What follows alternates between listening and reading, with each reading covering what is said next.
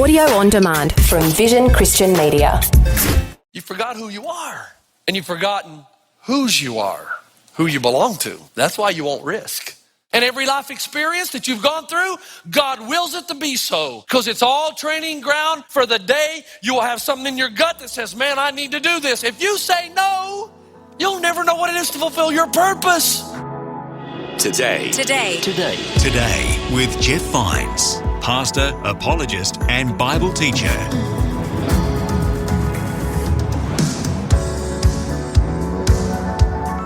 Hello and welcome. This is Today with Jeff Vines. Today we continue a message in Pastor Jeff's Awakening series.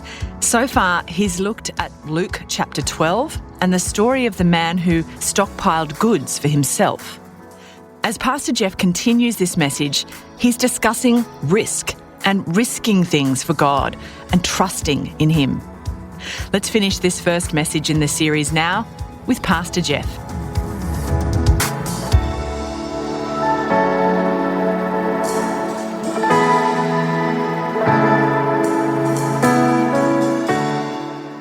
For God so loved the world that He gave His only Son, that whoever believes on Him will have what kind of life? When does eternal life start? Thank you. Finally, 1 out of 4 audiences. It started already. Now.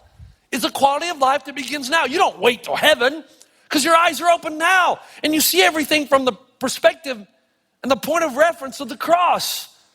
And now you know what matters. And these old people said, man, this is the gospel.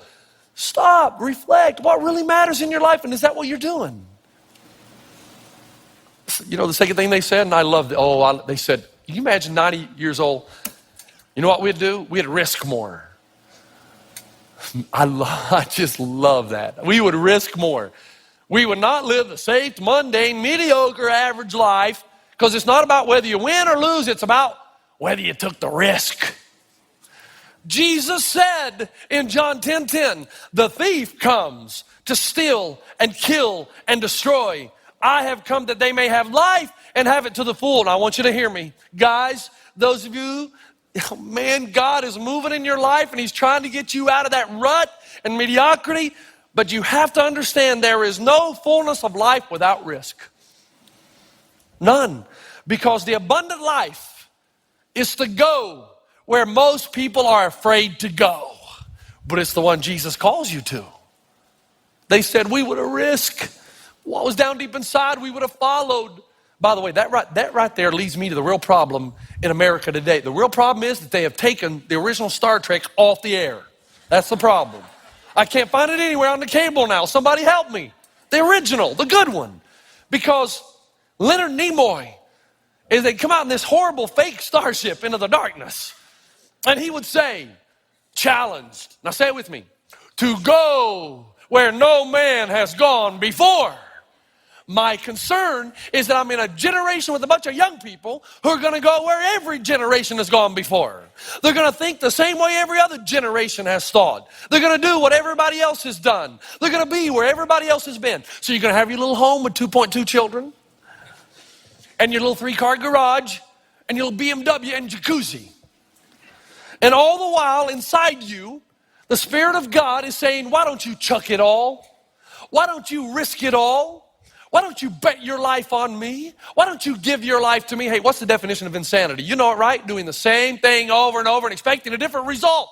You're miserable, and you're going to keep doing the same things, and you think it's going to change.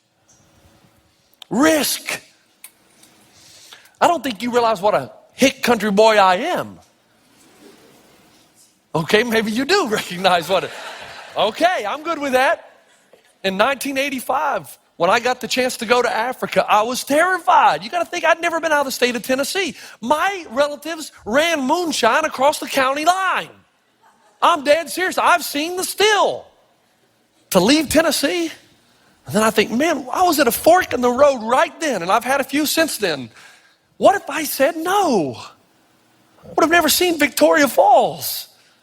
I would have never been able to feel the wind and the mist and take a deep breath and feel like I was alive. Man, and that moment has jumped out of eternity, and it's indelibly impressed. I'll never forget. I relive it because I was alive. And I'd never have known what it was like to have a lion sleep at your door. And I know what it's like to have a lion sleep at my door. And I'm not talking about no zoo either. I think about time to time about the chairman of the board of elders making that call down to Savannah.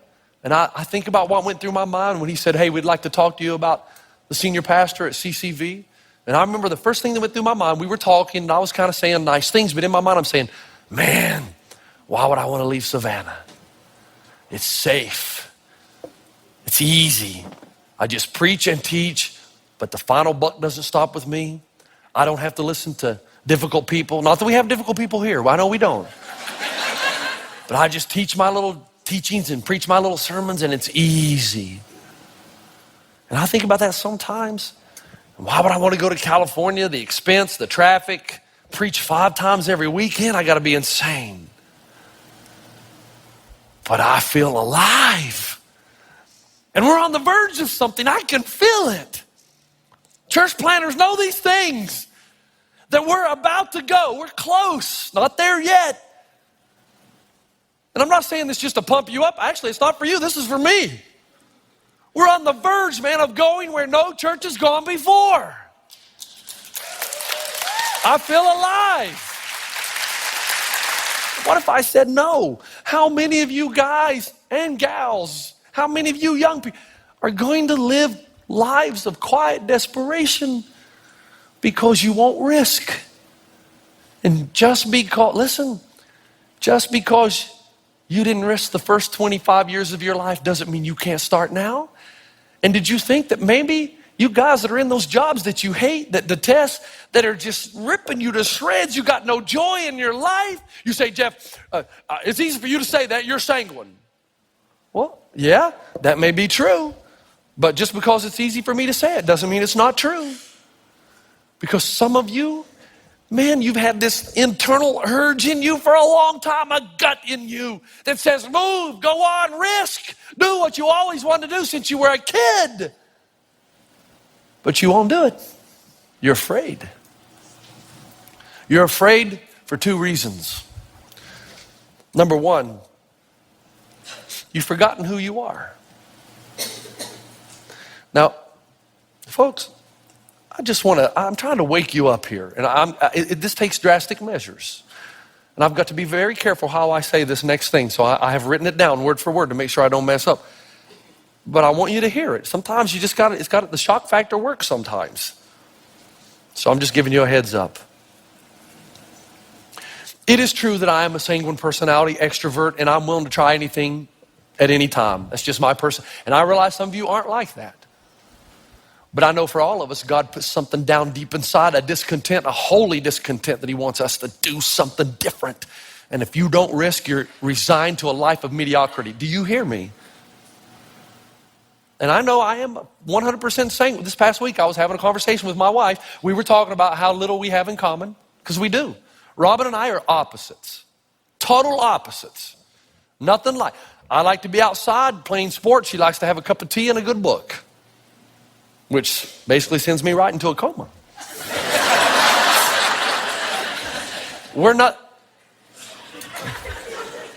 We talked about but we do have something in common, our love for God and his work in our lives. And I want to tell you, if not for that, I'm not sure we'd be together.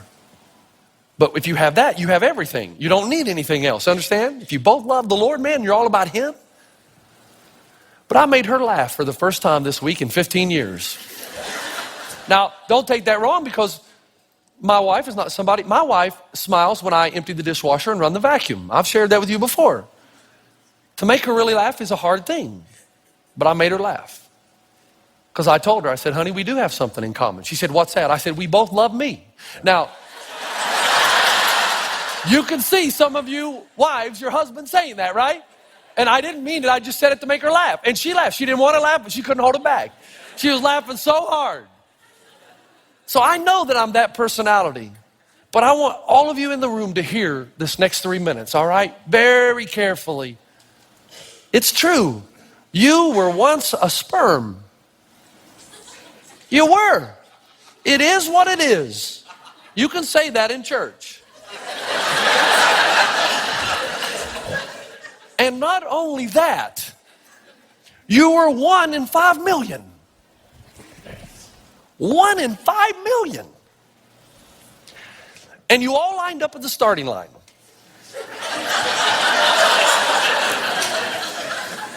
And at the end of this long, long tunnel, there was one egg.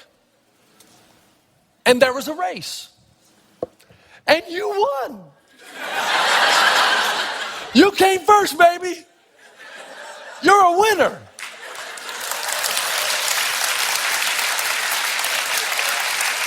And I mean, the Olympics, that's like child's play compared to the race you won. Because you are here by divine design. There is a divine appointment and a hole in the universe that only you can fill. Which is what David says in Psalm 139. I'll praise thee, for I am fearfully and wonderfully made. Marvelous are thy works, and that my soul knoweth well. You know what that word means? This is my 4th time in my ministry of explaining this verse. It means you are wonderfully, that's the Hebrew word for intricate detail, piece by piece, personality, temperament, everything. God shaped and formed you exactly the way he wanted you to be, with all your hang-ups and everything. And every life experience that you've gone through, God wills it to be so. Because it's all training ground for the day you will have something in your gut that says, man, I need to do this. If you say no, you'll never know what it is to fulfill your purpose. If you say yes, you'll live. You'll really live. And then you'll be wonderfully and awesomely made. People will stand back and say, wow, look at that guy go. You forgot who you are. And you've forgotten whose you are, who you belong to. That's why you won't risk. My friend John Ortberg, who used to be at Chicago at Willow Creek, says that when he was at Chicago, he came to LA with a bunch of his minister friends. They went downtown just to find something to eat. Found out later they weren't exactly in the good side of town. And all of his friends went home. He decided he would stay a little longer and reflect. So it was late into the night. In fact, early in the morning when he left, he came out onto the street, turned to the left, and he saw 2 guys that were just hammering each other. And one guy was pulverizing the other guy. And he said, I'm a pastor. I couldn't just walk away, but I'm also afraid. I also couldn't get smacked around. So he said, I don't know what came over me, call it risk or whatever, but I looked at the 2 guys and I said, stop that now. And the 2 guys looked at him and their eyes got big and they ran away. And he said, and don't come back. And he says that he turned, feeling pretty good about himself, and he ran into Mongo, who was the 6'8", 275-pound bouncer at the restaurant. And he said to this guy, he says, let me describe him. If Hercules and Xena Princess Warrior had a child, this would be it. His spiritual gift is breaking up fights. And then he says, I started to think about this.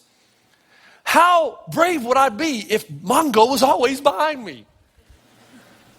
But then he says, but God is always behind me and he's bigger than Mongo. And when there's an internal something in me that says, take a chance, risk. Young people, hear me. Oh, please hear me. Listen, what is it that you want to do? Get it done. What is it that you want to be? What are you doing to do with your life? Do it. And maybe stop and say, this is God in me. Want me to step out and risk, and it's going to take faith. Man, that's why I love Abraham. That guy, 94 years old? Okay, 94, wakes up one morning, Sarah, Abe. Sarah, I had a dream. I had a vision. What now, Abe? What kind of vision? We're going to create a new people, a new humanity, a new epic in human history. We're going to leave this place, launch out in the unknown, risk everything for God. Why, Abe? Because that's what God wants me to do. I can feel it. Abe, yes, Sarah, how's this new humanity going to begin? I'm glad you asked, Sarah. And what did they name the child? Isaac, which means laughter or joke. How would you like that to be your name? God, you got to be kidding, 94 years old. And you know what she said about feeding the child?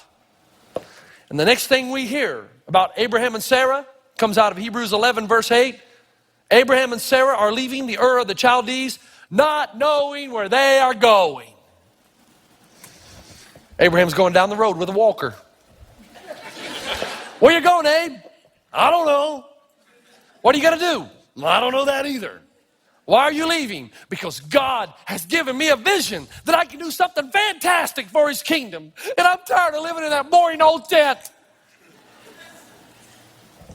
These people said, listen, if Christianity is anything, it is not a call to be safe. They said they would reflect more. They said they would risk more. And finally, they said, I would do more things that would live on after I die. Now, I'm out of time, so you got to stay with me. You got to speed up and get it done. They would do more things that would be remembered after they died. Now, they didn't say that they would be remembered, but the things they did would be remembered. Back in Tennessee, we had the Blue Hole, the fishing place that we would all go up to in Hampton. It was so deep. Nobody ever touched the bottom, to my knowledge.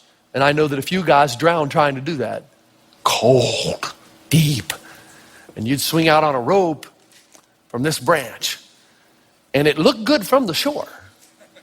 And then you got on the rope and you'd swing out. And all of a sudden it dawns on you how far a drop that really is.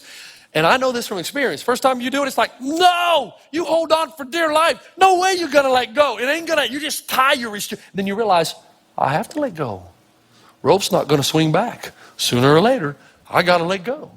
And then you let go and take the risk. And when you start falling, man, I got to tell you, your breath and your heart's pumping and you hit that cold water, you go, whoa, man, I'm alive, wow. And it's exhilarating.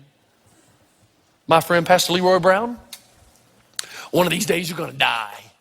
And you don't believe it, but you are. And they're going to throw you in a hole, put dirt on your face, and go back to the church and eat potato salad. When you were born, you cried, everybody else, they were happy. When you die, everybody else is going to cry. And the question is, are you going to be happy? And then he says this, that'll be determined by a simple question. Oh, I love African-American preachers. And he'd say it in his deep, rustic voice. That depends on whether you're going to live for a title or a testimony. At your funeral, people gather around and talk about how much you achieved, or are they going to talk about how much you let go of your own life that you might serve others and enjoy the ride? When I was in Zimbabwe, had a caddy. Last story and we're done. Take a deep breath. Take it in. Here we go. Had a caddy named Gibson. I joined a golf club. I was ecstatic to learn that it was only going to cost me $95 US a year to be a full member because I was a pastor. Here they charged me 3 times. So I'm thinking, this is great. I walk into the caddy shed. I need a caddy. Caddy master? Need a caddy. Hello, Father Jeff. We don't have any caddies. No caddies. They don't have electric golf carts in Africa now. I said, I need a caddy at the tournaments today. Sorry, man, they're all taken. But I need a caddy. Someone that can go with me and teach me the things of the course and just every time I play to be with me. Yeah, I know you do, but we don't have any. And I looked back and there was a guy sitting right there in the caddy shack. I said, what about that guy? And he says, oh, Father Jeff, you don't want him. I said, why not? Oh, no, Father, I can't explain it, Father Jeff, but you don't want him. I said, I do want him. Get him out here. And he comes out. Name is Gibson. He was the perfect caddy. For 2.5 years, he did not say one word. He just smiled. At first, I thought maybe he had a screw loose or a couple sandwiches short of a picnic. I don't know. But he just smiled, just like this all the time. And that was perfect for me because I always thought he thought I hit a good shot because he was always smiling.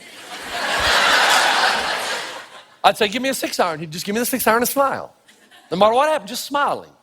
Now, there are times, I'll admit, I'm walking up the fairway and I'm looking the distance to the green. And I think, okay, Gibson, I think I need to get Gibson. And he's just walking in his own little world. Gibson, over here. And he'd come back running, smiling.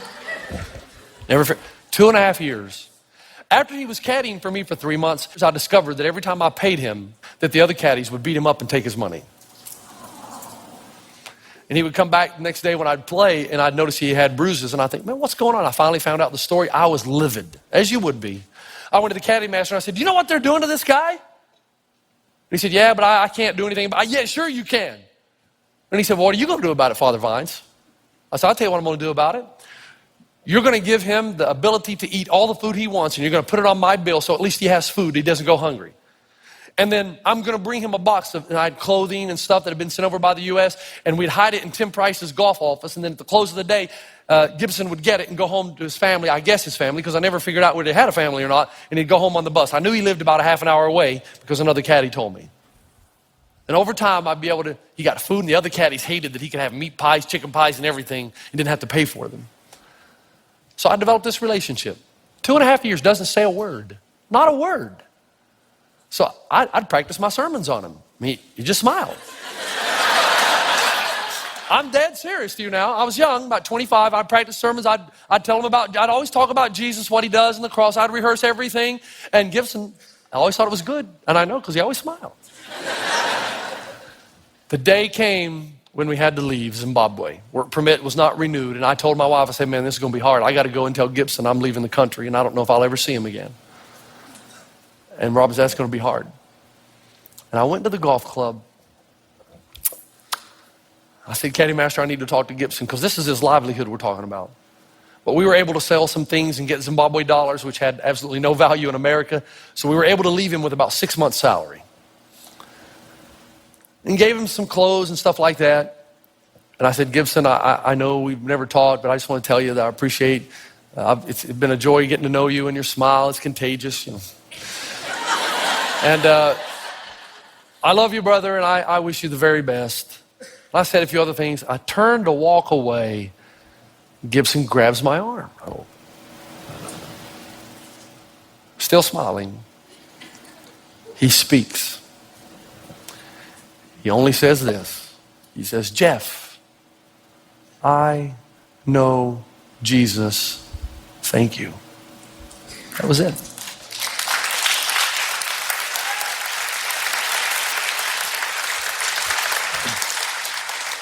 One of these days, they're going to open the book on your life. What's it going to say? Did you reflect about that and lived your life in light of that? Did you risk when God told you to, or did you settle for mediocrity? Because you forgot who you are and to whom you belong. And are they going to stand around when you die and talk about your title, or give testimony to the difference you made in other people's lives because you let go of your own to serve others? Man, that is gospel. And now it's your decision.